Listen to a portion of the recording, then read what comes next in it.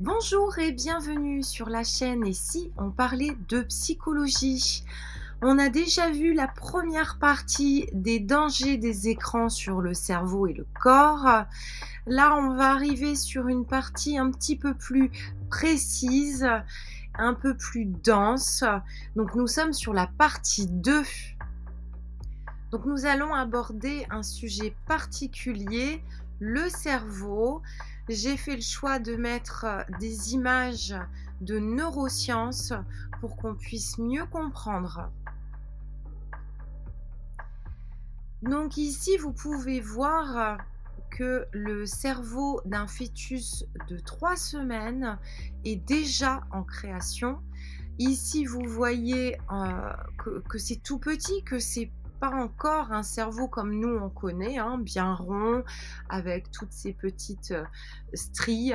Là, on voit, c'est le démarrage de la création de notre cerveau et il commence très tôt dans le développement. Donc on va surtout avoir les neurones qui vont naître avec un circuit neuronal qui va se développer, se multiplier jusqu'à ce que votre fœtus arrive à la fin des 9 mois pour arriver en bébé avec un cerveau.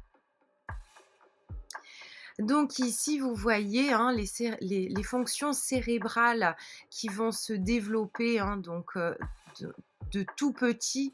La première slide, hein, qu'on était sur ces 3 semaines et puis 3 mois, 6 mois et 9 mois. Donc en premier, le cerveau fait des choix de développement. Qu'est-ce qui est utile finalement à ce moment-là au bébé, au fœtus? C'est de développer la fonction sensorimotrice, donc les sensations et les sens. Parce qu'il ne faut pas oublier que bébé, pendant 9 mois, il est dans le liquide amniotique, il est bien au chaud, il va ressentir ce que la maman ressent, de la douceur de sa voix, ses émotions, ce qu'elle mange. Donc finalement, c'est la seule nécessité et le cerveau fait le choix de développer ces compétences-ci en premier. Donc ici, on va voir le développement du cerveau, donc après la naissance jusqu'à l'âge adulte. Donc ça sera notamment jusqu'à 25 ans sur cette description. Où là, vous savez que les enfants se développent énormément sur les premières années de leur vie, c'est normal, ils découvrent le monde, ils apprennent déjà à respirer de l'air, ils vont apprendre à marcher, à parler, à communiquer avec les interactions liées à l'environnement, les adultes. Et donc 5 ans, 8 ans, vous voyez, il y a quand même beaucoup de transformations au niveau, des fonctions cérébrales et des matières grises. Et ce qui est étonnant et marquant, c'est si vous regardez les cerveaux 12, 16 et adultes. Donc entre 12 et 25 ans, finalement, votre cerveau, il a énormément modifié ses fonctions, ses interactions et le réseau neuronal aussi s'est beaucoup transformé, modifié. On a la sensation quand on regarde que il y a une partie du cerveau qui s'est séparée en deux. En gros, pendant l'adolescence, avec l'arrivée des hormones, il y a une vraie modification parce que visuellement, vous le voyez, la matière grise, elle va changer. Elle est stimulée, elle se développe et elle prend une place particulière. Chose qui n'est pas forcément visible parce qu'avant, on a tout un cerveau global où toutes les connexions finalement sont ensemble. Et arrivé à l'adolescence, le cap est que chaque chose va finalement prendre un sens. Donc, il va plus y avoir ces connexions multiples dans tous les sens, mais elles vont être organisées.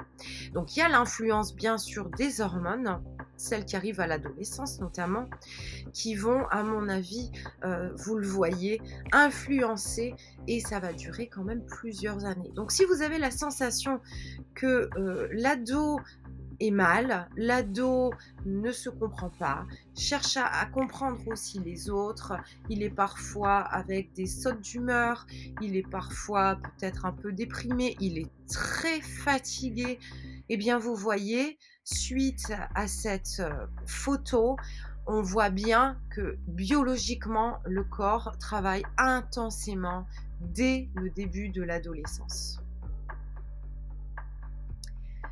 Donc les hormones, bon, bah, il y a les hormones bien sûr, sexuelles, hein, qui arrivent, celles que vous connaissez, qui vont créer, bah, la pilosité, la voix qui mue, la poitrine, les règles et toutes ces choses un peu précises liées au développement de l'adolescence. Mais il y a d'autres hormones qu'on va conserver tout au long de notre vie. L'hormone finalement, c'est un peu comme si nous avions des petits sacs et qui vont diffuser progressivement ces hormones dans notre corps et nous apporter, quelque chose parce qu'on ressent pas ces hormones sans aucune raison. Elles vont interférer au quotidien par rapport à ce qu'on va faire. Donc on les appelle celles-ci les hormones du bonheur, parce que les hormones du bonheur, elles vont se sécréter et apporter un certain bien-être. L'oxytocine, c'est plutôt l'amour. Elle va permettre la confiance en soi, ce développement aussi de lien social. On a l'endorphine plutôt au niveau du sport.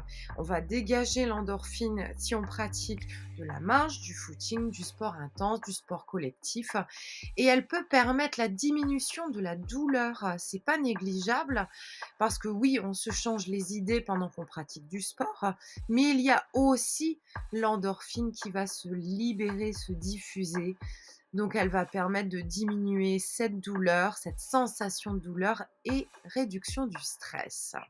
Toute activité sportive. On a la dopamine. La dopamine, c'est la concentration. La concentration, elle va être stimulée par l'amour et le plaisir. D'ailleurs, je ferai la semaine prochaine la vidéo sur les bienfaits du câlin. Et oui, il y en a. On ne les connaît pas forcément, mais finalement, vous voyez, elle peut permettre cette diffusion de dopamine, de la concentration et un réel bien-être. En plus, elle permet un bon fonctionnement du cœur et des reins.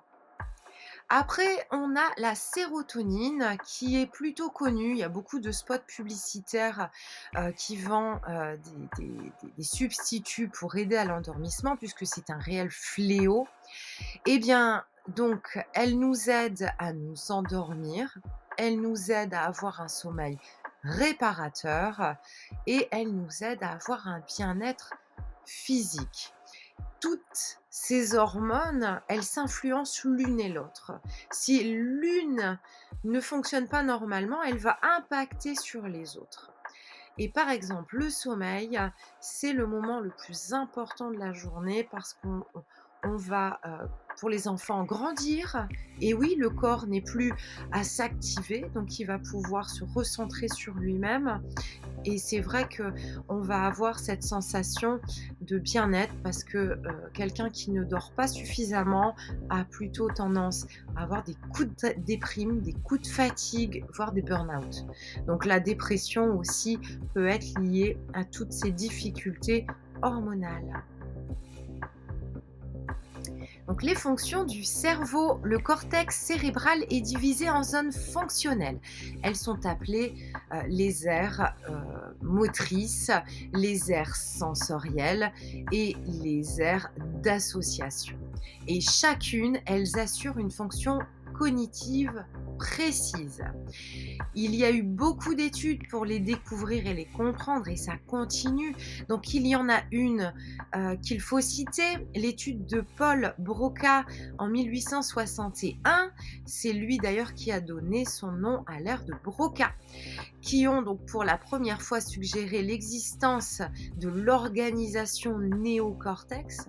Et les recherches, elles ont continué en 2016. D'ailleurs, ça a conduit les chercheurs à trouver 180 zones précises par hémisphère cérébral, délimitées par des changements brusques de l'architecture corticale. Ça veut dire quoi? Ça veut dire que finalement, on va se retrouver avec des aires sur la parole, d'autres sur la vue, une qui va être sur l'écoute, une autre qui va être sur le mouvement des mains et en fait, toute cette carte a pu être mise en lumière, même si elle est certainement encore à enrichir, mais en tout cas, elle permet pour des interventions chirurgicales de, permettre des interventions minutieuses, fines et ne pas endommager le reste des capacités cérébrales. Donc, c'est par résonance magnétique qu'on a découvert énormément de choses. On fait une expérience. Pendant ce temps-là, on est dans l'IRM. Et qu'est-ce qui s'illumine? Qu'est-ce qui travaille? Eh bien, hop, les chercheurs ont mis un temps incroyable, mais ils ont trouvé beaucoup, beaucoup de choses. Et les recherches ont continué. Donc, vous savez que depuis 5 ans, des études sur l'impact des pratiques numériques sur le cerveau, elles sont précisées. Et la plus spectaculaire et celle que j'ai choisi aussi de mettre ici, c'est un extrait, d'Envoyé spécial qui permettait de mettre en lumière, l'étude en tout cas qui a, mis des images. Eh bien, ça a été la Chine, où là, elle nous montre dans son étude les impacts visibles des écrans. Donc, on voit ici, donc on a grandi un peu pour mieux le voir et le comprendre. On a des zones rouges qui sont bien visibles et en fait, elles montrent les voies cérébrales qui sont rétrécies, d'accord? Et où la communication, elle est fortement ralentie. On a une circulation des fluides qui est altérée. Donc, qui dit altérée dit aussi une fonction plus mauvaise dans les interactions, dans le comportement, dans le fait de comprendre quelque chose.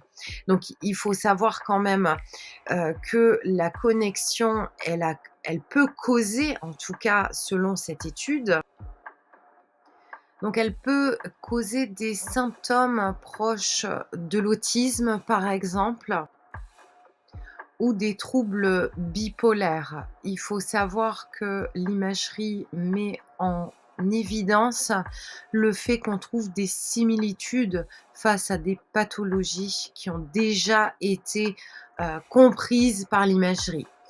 Le lobe frontal, c'est la partie qui vient ordonner la pensée et c'est la partie la plus stimulée quand on est sur un écran. Et à tout ça vient encore une fois s'ajouter le circuit de la dopamine. On vient juste d'en parler, hein, des hormones du plaisir, parce que ça va venir déséquilibrer un excès de dopamine, un excès de plaisir immédiat et malheureusement donc de la dépendance aussi. Donc on en a parlé, hein, de l'addiction. Et bien là, c'est totalement visible. Des zones rouges qui sont très marquées et qu'on peut déceler. Il y a eu d'autres études qui, elles, ont essayé de faire des parallèles, pas uniquement sur des troubles psychiatriques, mais qui a aussi fait, par rapport à la dépendance, puisqu'on est sur un thème, hein, l'addiction. Donc là, ce qui est très marquant dans cette étude, ce sont les clichés. Ils ont choisi des personnes addictives à la cocaïne. Ils ont contrôlé avec une personne saine et ils font un parallèle avec une personne addicte aux jeux vidéo, à l'hyperconnectivité. À côté de ça, face à une personne qui ne l'est pas. Donc visuellement, vous voyez que dans les contrôles, on a beaucoup plus d'images stimulées.